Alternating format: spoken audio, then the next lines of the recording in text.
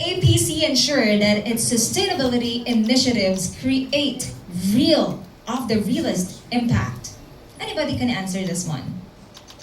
Okay, thank you for the question. It's quite easy for us, no? Although there are some challenges, but we make it a point that our sustainability initiatives would create a meaningful impact. No? Like for example, our initiatives are aligned with our organizational goals and also aligned with the global standards.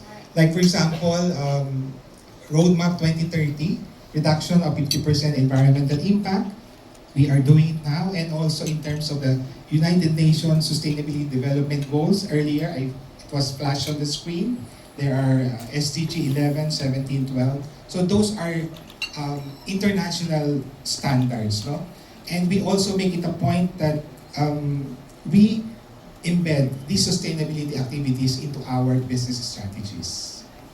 Okay, perfect. And these initiatives, as you were saying, are not just something that came out of mind, diba? It's not something that just put out there. These are actually initiatives that has been done, proven and tested everywhere else in the world, and we want to implement and do it here in the Philippines. So thank you so much to Ajinomoto Philippines Corporation. Once again, we have our second question right off the bat.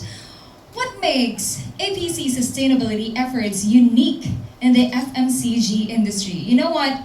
I have been hosting FMCG events, and this is the very first time that I've hosted a sustainability focused event. So what makes you guys different? Yes, Azaki-san. Thank you very much for the question.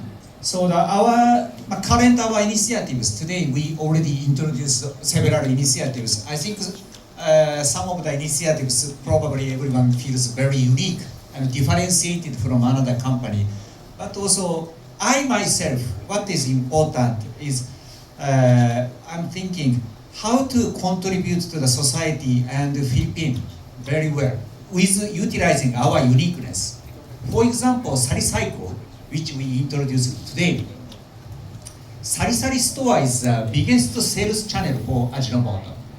But also we aim to, how can I say, cooperate with them, not only selling product, but also through Saricycle, how Sari stores, how we can share or educate the consumers that what importance of collecting plastics. So that this is one of the clear example that we would like to show to the society that not only earning, getting economic value, but also how to create social value with our strong point. This is one of the, I do believe, our uniqueness, different from the other FMCG companies. Yes, and that's perfect. You are putting a sustainability to the core not only of your business, but you are also involving the communities as with the stakeholders of the company, and I think that's great. And some people would say that it's very hard to get started with sustainability.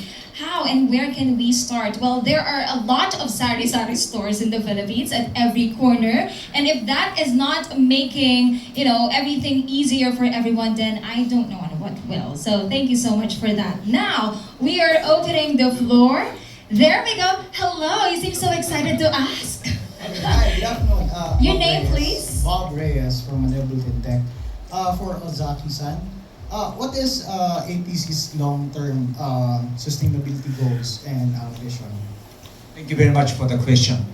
Firstly, as I was already mentioned, Mr. Ani mentioned, we already set clear target goal that by 2030, we would like to reduce 50% of environmental impact through our business. So how to realize this goal is one objective. And also now it's on the way, just on the way. So in order to realize this goal, we need to make more efforts through our activities. So one of the important points that I'm thinking is we cannot realize this objective by ourselves alone. So how can I say, collaborate with same-minded companies, same-minded societies, people. And for that, we want to make a day-by-day efforts, such as him. He's doing such kind of efforts day by day. So this is quite important. So once again, I'd like to ask the collaboration with the same-minded companies, organization, or even people's medias. So let's collaborate in order to develop a brighter future of at least Philippines. Yes, because thank you so much for your question, Bob. How are you doing? Of course, sustainability and business should go hand in hand together. No, we cannot move sustainability alone in our business separately. So some of our activities are already embedded, particularly in terms of waste reduction. We have our improvement in operation efficiency. Those does not only thrive on cost reduction, but also in terms of productivity and efficiency. So our green logistics, for example, renewable energy, waste reduction, so those will have an impact, more or less a long term, in the value chain. There we go. Thank you so much. Oh, where is he? Hello, hello. Oh, we have another question. Thank you so much, Sir Ernie. Thank you for being proactive, you guys. Yes. Hello, yes, good afternoon. My name is Aden Manzon from the Philippine Daily Inquirer. My first question is for Mr. Carlos. You said that the company is pushing the boundaries for sustainable packaging. How do you think will this affect the prices of your products? Thank you, Alvin. No, from our side, we make it to a point that we balance everything. As I mentioned earlier, sustainability will go hand in hand with the business. So from our side, we continue to study and of course do our business and improve. Of course, cost would be an issue, but from our side, against balancing all the impacts will have to be considered, and we are considering actually. Thank you. Okay, sir. Sir, and how do you think the company's shift to sustainable packaging will impact the overall sales? And also, what's your sales outlook for the year? Thank you very much for the question. Yes, actually, the initiatives to realize sustainability regarding the packaging materials, it costs more currently. So some part, of course, we absorb this cost increase. However, I think a more important point is we, food manufacturer, how educate to the consumer regarding the importance of the packaging material in order to realize sustainability. For example, I hope everyone knows our product brand of Ajinomoto. More than 80% of households are using Ajinomoto product. All of the product in the past, packaging by just a plastic. However, nowadays all of our product Ajinomoto SKUs are changing to monomaterial package. This is one progress. In addition, 2 years ago, we started to launch paper pack Ajinomoto package products as of first step.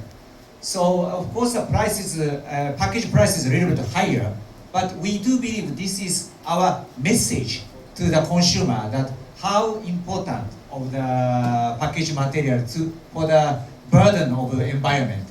So for example, packaging material, paper packaging product, we aim to increase this number of SKU in the future. This is a message for the consumer.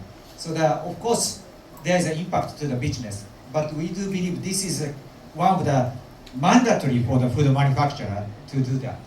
Thank you very much for the question. Thank you very much. And we have another one. Yes. Hi, good afternoon. In connection to that question, can I ask how much we're investing for the sustainability initiatives that we have until 2030? Well, from our side, no, as again, I keep on repeating that we need to balance business and sustainability. We have already incorporated sustainability in our business.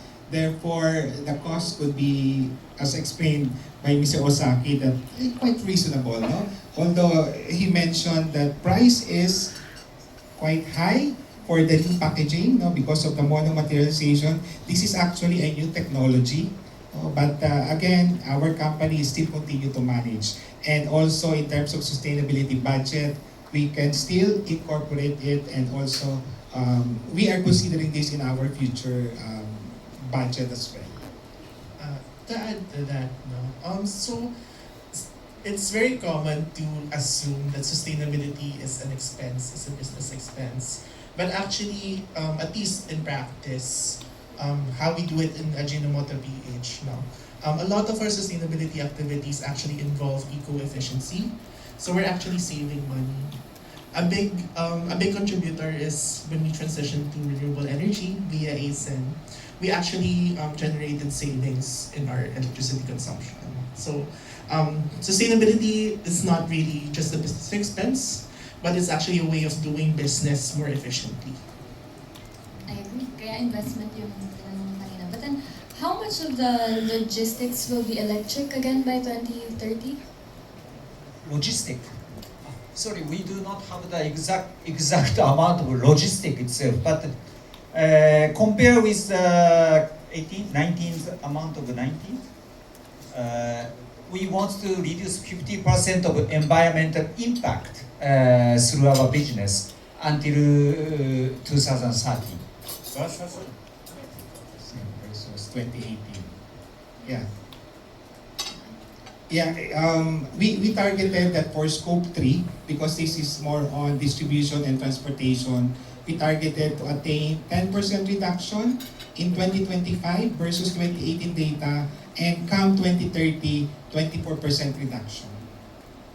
Okay, there you go. And I think she's also asking regarding how many percent of our logistics fleet would be sustainable by 2030. I think it's too early since we're still taking the first steps in electrifying our Right. fleet. No, but rest assured, we have our targets like what they mentioned before, the 10% and the 24% reduction in scope 3.